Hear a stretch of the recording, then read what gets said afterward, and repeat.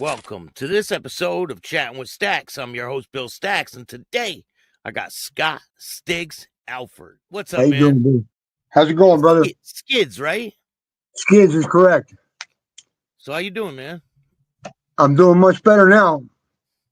It's been a long journey, a long journey. It was a long 30 months off the streets, away from the club, away from my family.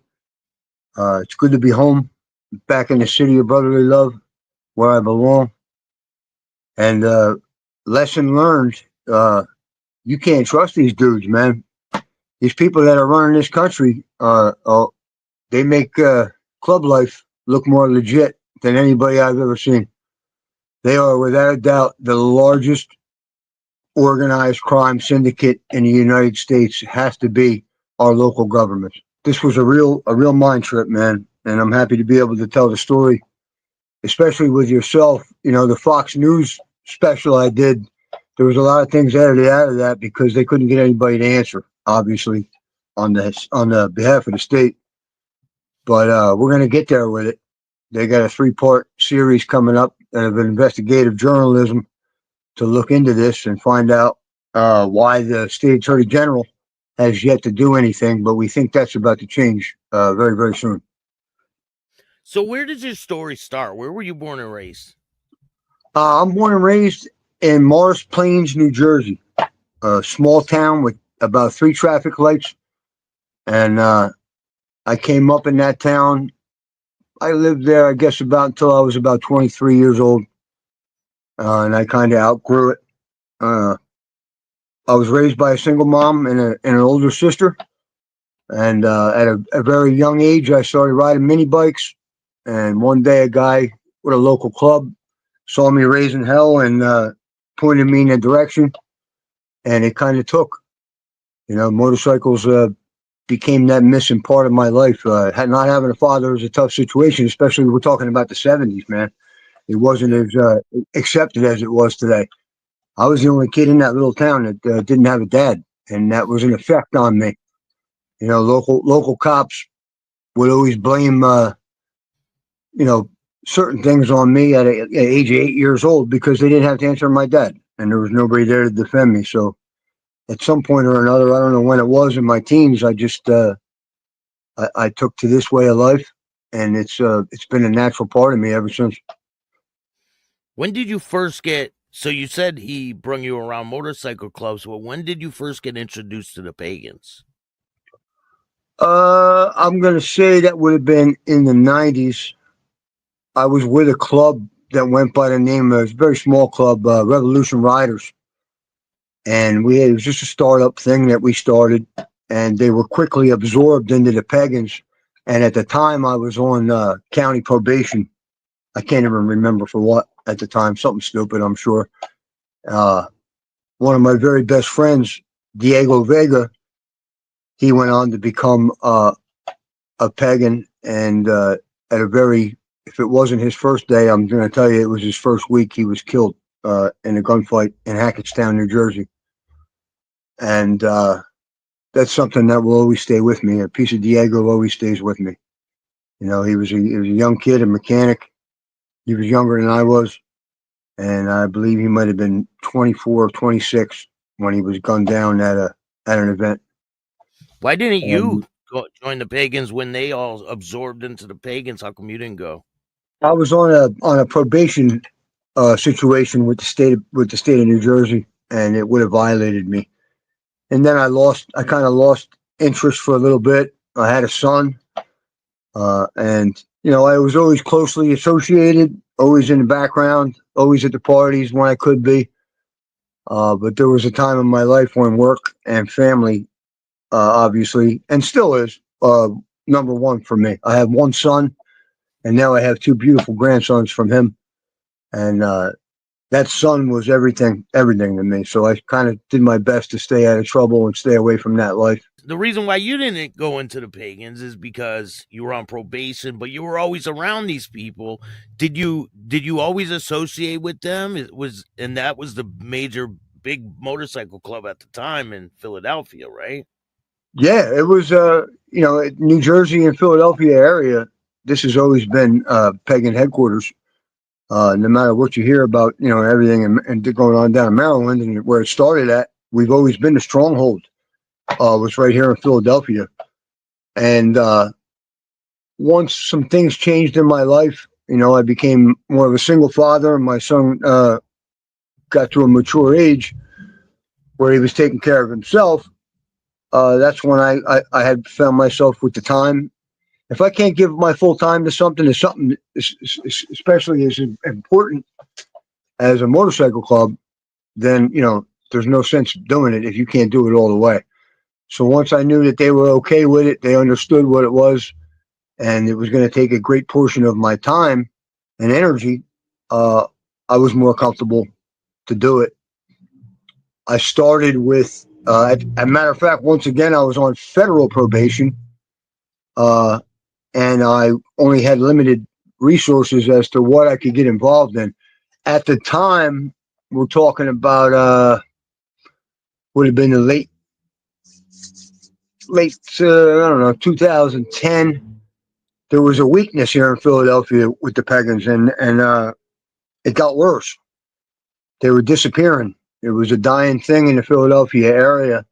I became Northeast Rider, which is the oldest club in Philadelphia. It's one of the purest. They've always been alone by themselves. They're not a 3-piece patch unit. They're a 2-piece patch unit, but they're Philadelphia's oldest club, and they've been around forever. 25 to 30 men tops. Great club. I went with them. Things didn't go in the direction that I thought it was. I wanted to grow the club. I wanted to get involved in more day-to-day operations in the city and having more to do on the streets of Philadelphia, which has always been a passion of mine. And the club wasn't headed in that direction. There were some older guys there in the club that didn't want the attention for the club. I bring a certain amount of attention with me, both from law enforcement and from the public. I'm very respected by the Philadelphia Police Department, always have been. I got a great relationship with them. Never really had an issue. So I moved on from the Northeast Riders to something that was called the Jackals MC. And that was a club that was started by some ex-Pagans. There was about a dozen of them at the time when I signed up with them. And very quickly and very aggressively, that club went from 12 to 78 members through recruiting efforts of my own with a couple of good brothers that helped me and were learning on their way. And we got the attention of the Pagans Motorcycle Club very quickly as we kind of took over the city, and we had it. We had full control of the city. At that time, there was one Pagan living inside the city limits of Philadelphia, and there was nothing they could do about it. There was, And you were a full batch member in that club? Absolutely, and I was what we call a diamond in that club. I was which would be the equivalent of a chapter president. We got a lot of good attention. We got a lot of good members. Some of them were also ex-Pagans. We ran things pretty much similar to the way that the Pagans do. We used the structure. We had a great time. Black leather, great colors, man.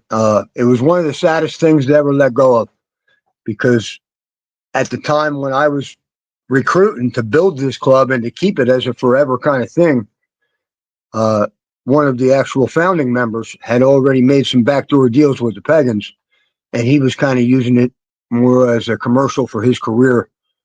And the young guys that I was bringing in thought this was going to be forever. And here's this guy, making deals in the dark behind our backs. So once I got news, and I was able to certify that that's what he was doing, I reached out for the brother that takes care of the area for the Pagans, and we sat down, and I made the deal without the founding member involved, and took a majority of the good guys with us over to the Pagans. And very shortly after that, maybe 2 months, the Jackals were out of business and closed down, and the rest of the members joined, or dropped out altogether, and they all came over as Pagans. So at that point, are you a full patch member of the Pagans, or are you? I did not accept I wouldn't accept to full colors. My reasoning behind that is I can't ask. I had planned on recruiting very strongly for the Pagans and repopulating this city under our control. And the only way that I could ask someone to do that behind me is if I had done it myself. And I thought that that's not fair. You know, officer from another club coming over, it's done a lot. There was some clowns that came over with the Jackals who didn't even prospect as Jackals, and then patched right in here with the Pagans, and within 3 to 4 weeks were quickly dispatched from the club, never to return. Because they just didn't have the training. They didn't. It literally is training. It's the most exciting time of your life in a motorcycle club. I don't care what club it is. Every member in the club, no matter what the size is, wants to know everything about the new prospect.